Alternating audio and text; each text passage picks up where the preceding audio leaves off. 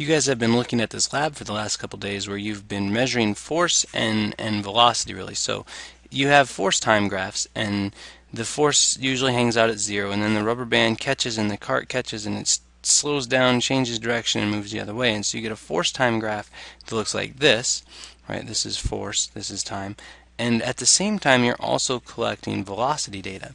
Now, initially the cart's moving towards the motion detector, and then the rubber band catches, and then it moves away from the motion detector, right? So this is velocity time.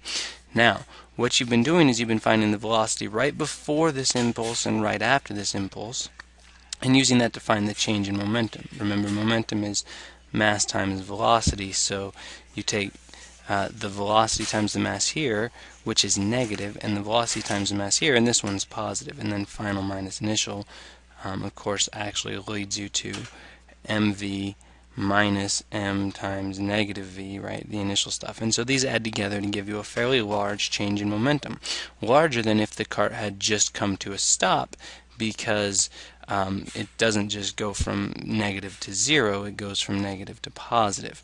Okay, and then you're comparing that to the impulse that the cart receives right here.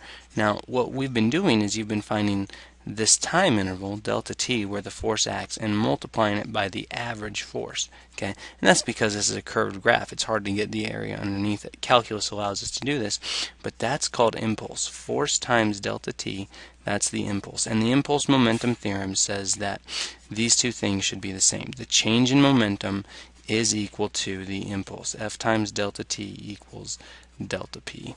Okay, now you did some lab questions you did some lab activities to try to answer these questions, and so this was the setup. But you had a couple questions to ask first. Let's think about these. Okay, what's the point of an airbag? Well, without an airbag, you smack into the steering wheel right away, and so you get this huge force acting over a very short time. And so this right here, that hurts a lot. Okay, an airbag allows you to stretch out the time, and if you stretch out the time a little bit, right, instead of coming to a stop right away, you come to a stop as you slow down moving through the airbag, you have a less peak force. Okay, the impulse is the same, the change in momentum is the same, but you've done it by lowering the force and allowing it to exert over a longer time. Okay, N2, again, V to 0 or negative V to positive V, which is a bigger change. Well, going to 0 is a smaller change than actually changing direction entirely, and so it's more force to bounce apart than to simply stop. Alright, and then you did the directions, followed some stuff along here, and then there was some more questions to answer about what you saw. Okay, this one, when you use stiffer elastic, okay, so it's harder to stretch, that means you get a sharper peak force, right? This explains the crumple zone on a car. They allow the front end to squish a little bit instead of being a rigid steel frame, because if it's a rigid steel frame, you get this sharp peak on your force graph. But if it's stretchier, if it can crumple, or if it can change, then you get a much lower peak over a much longer time. Okay, so, and then the last one, so what's the difference between the impulse here and the impulse here?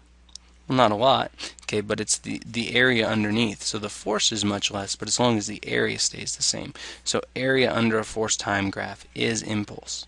Okay, all right.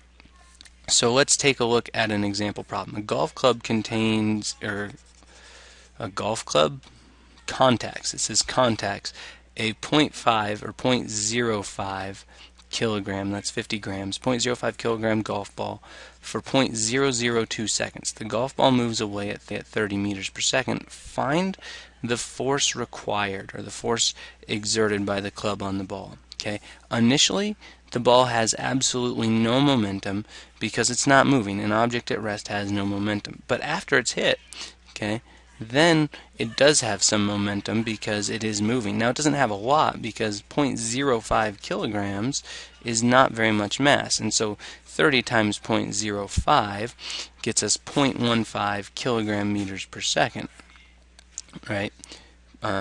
Make sure I did that right. Yeah, 3 times 5 is 15, and 1.5? 0.05 times 30.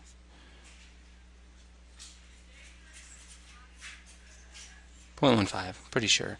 Okay, kilogram meters per second.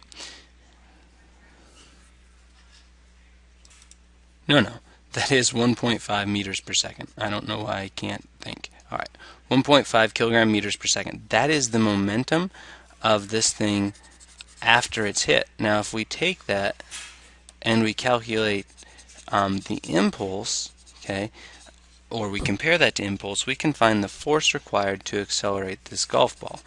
Okay, and so what we're going to do is we're going to say, okay, our change in momentum is equal to impulse. Okay, our change in momentum, well, there's our final momentum, 1.5 kilogram meters per second. Our initial momentum is 0, so our change in momentum is 1.5. Okay, our delta t is 0.002 because they contact each other for 0.002 seconds, and our force is what we're trying to find. When we divide both sides by 0.002, we see that the force required is 750 newtons. Okay, now that's a really big force to get a really small change in momentum. The reason such a huge force is required is because it has to act over a very, very, very short time. Right? If we allowed the force to act for a second, then we'd only need 1.5 newtons of force. But because it's such a short time, we need 750 newtons of force. Okay, so the shorter amount of time that the objects are actually exerting forces on each other, the greater the force has to be in order to change the momentum. Okay, finish up the labs, finish up the homework problems. Let me know if you have any troubles.